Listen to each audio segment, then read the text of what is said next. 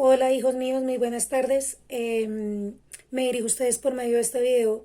Primero que todo deseando que estén muy bien, que estén aprovechando el tiempo de esta emergencia, ¿no? De esa cuarentena de la mejor manera posible, pues en sus casas, para estar en familia, para reflexionar, para poder hacer todas esas cosas que muchas veces uno por estar pendiente de otras cosas no hace, ¿no?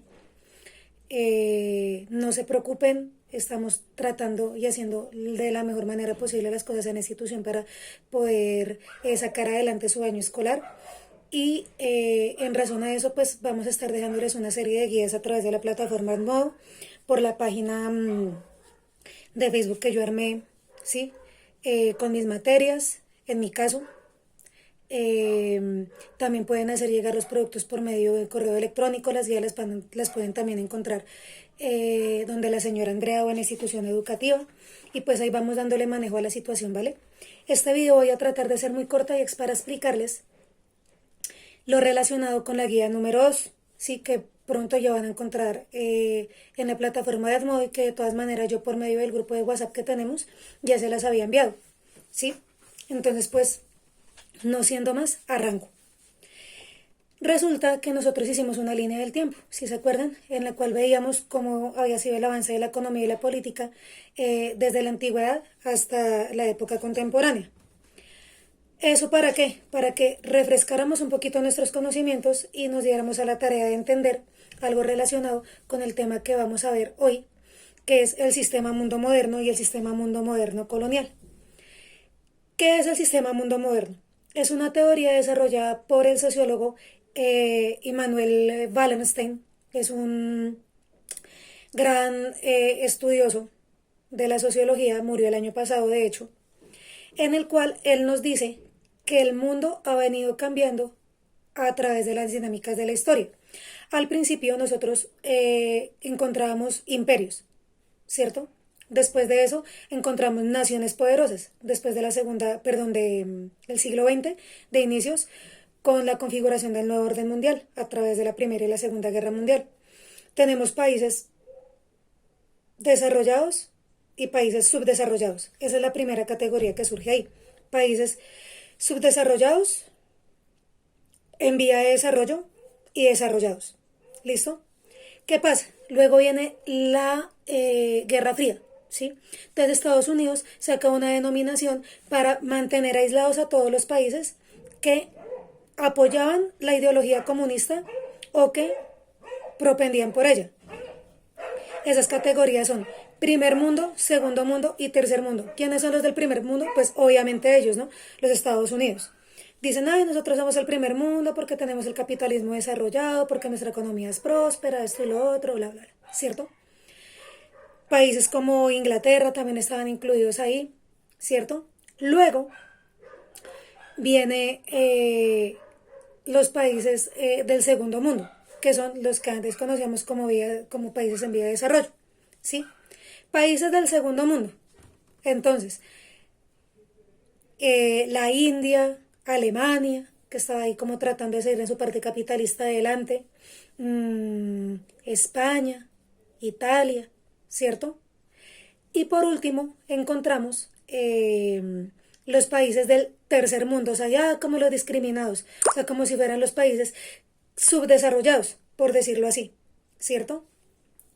En esos obviamente estábamos nosotros, obviamente toda Europa del Este, la Unión Soviética, ¿cierto? Por denominarlo así. Entonces, ese tipo como tal de estructura de división se va a ver modificada en 1991 con la caída de la Unión Soviética. ¿Listo? Entonces, ¿qué es lo que hace Immanuel Wallenstein? Él coge todos esos,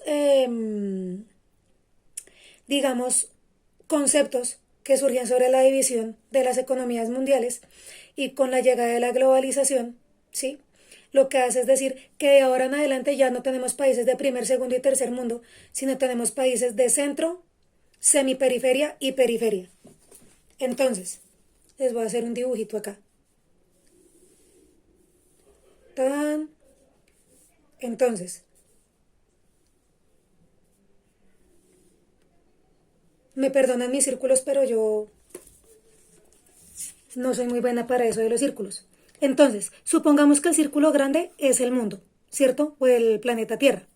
Estos de acá vendríamos siendo la periferia. Es decir, los países más alejados del centro. ¿Del centro de qué? Del centro de la economía, del desarrollo y del capitalismo. ¿Listo? Economías que hasta ahora están en su despunte y que principalmente se manejan por el primer sector de la economía y el segundo sector. Acordémonos que el primer sector de la economía, ¿cuál es? El de la agricultura, el de los recursos naturales, ¿cierto? El de la ganadería, la pesca, todas estas cuestiones.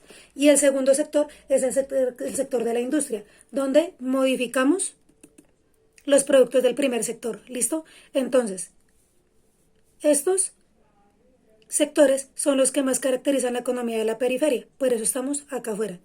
Luego, vienen los países de acá, que es la semiperiferia, que son los países que están un poco más cerca al centro y que tienen un desarrollo mayor de la economía. ¿Cuál sector? El primer sector, segundo sector y tercer sector. ¿Cuál es el tercer sector?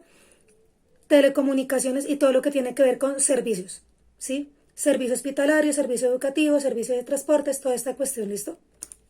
Bueno, y por último tenemos acá el centro,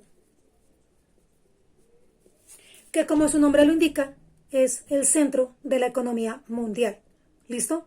¿Por qué el centro es tan chiquito? Simple, porque son los que controlan el mundo, ¿sí? Si ustedes ven, la mayoría, ¿sí? Como tal, de países están ubicados entre la periferia y la semiperiferia, pero no en el centro. ¿Debido a qué? Pues precisamente a que lo que quiere el centro y lo que nos desarrolló Immanuel Wallenstein en su teoría es que lo que quiere el centro es que no crezca más ese grupo de países, ¿sí? Que el centro siempre sean los más privilegiados, entre más poquitos sean mejor, porque entre más hayan, pues más les toca repartirse lo que extraen del resto de países de la periferia, como sus recursos naturales y demás. Entonces, por eso el centro es tan chiquito. Ese centro tiene desarrollo principalmente del cuarto sector. Cuarto sector de la economía. ¿Cuál es el cuarto sector de la economía? Ciencia, tecnología, academia, ¿cierto? Y todo lo que tiene que ver con también el manejo de las redes y de las armas, telecomunicaciones y toda esa cuestión, ¿sí? Desarrollo al 100. Entonces, este esquema va a ser muy importante porque, como ya les había explicado, el centro siempre es chiquito y la periferia es mucho más grande, ¿vale? Eso en la teoría de Immanuel Wallenstein. Ahora acá vamos a ver la teoría del sistema mundo moderno colonial. Esa es una teoría que surge en países de la periferia, ¿sí? Principalmente en Sudamérica y en la India, ¿sí? Con los estudios subalternos y toda esta cuestión, y se viene desarrollando también a partir del siglo pasado. ¿Qué dice la teoría del sistema mundo moderno colonial? Primero, fundamental, principal, lo que ya les acabo de adelantar. El centro no puede crecer. ¿Por qué? Porque les toca repartirse más las tajadas que sacan de la explotación de los recursos, de las guerras que hacen, ¿sí? Tanto las epidemias como las guerras biológicas, como las guerras por recursos naturales, toda esa cuestión, entonces no puede crecer. Segundo, la teoría del sistema mundo moderno colonial dice que el centro, principalmente los países como Estados Unidos y Europa, imponen un canon de superioridad sobre la periferia y sobre la semiperiferia. ¿Qué quiere decir eso? Que ellos utilizan un discurso que dicen que son mejores que todos nosotros, que ellos son los dueños de la academia, que son los dueños del pensamiento, que son los más desarrollados, para hacernos creer a nosotros que somos menos y que en algún momento queremos parecernos a ellos. O sea, nos borran automáticamente todo nuestro bagaje intelectual, todo el reconocimiento de las tribus indígenas, todo el conocimiento ancestral de las negritudes, toda esa cuestión. ¿Listo? ¿Para qué? Para decir que ellos son los que mandan y ellos son los únicos que tienen la razón. Y eso han venido haciéndolo desde la época de la colonia. Es decir, que eso no se fundamentó a través del siglo XX y la división que les explicaba al principio, sino que a partir de la colonialidad, eso se llama la colonialidad del poder, la colonialidad del saber y la colonialidad del ser. Pilas con esos tres términos que los van a encontrar en la guía, que yo ya les pasé. Son súper importantes ya que te colonizan la cabeza, ¿cierto? El pensamiento. Te colonizan el ser. Todo tu pensamiento, toda tu persona, en pro a los ideales de ellos. Y te colonizan el poder por medio de todas sus políticas a nivel mundial. Eso a grandes rasgos es lo que dice como tal estas dos teorías que, como ya les digo, van a encontrar en el video que les dejé publicado y en la guía de lectura que les puse. ¿Listo? Entonces, con base a lo que les acabo de decir y a ese material que les dejé, van a desarrollar la guía número 2. Espero que les haya servido de algo la explicación, que se puedan orientar, que hagan el taller de la mejor manera.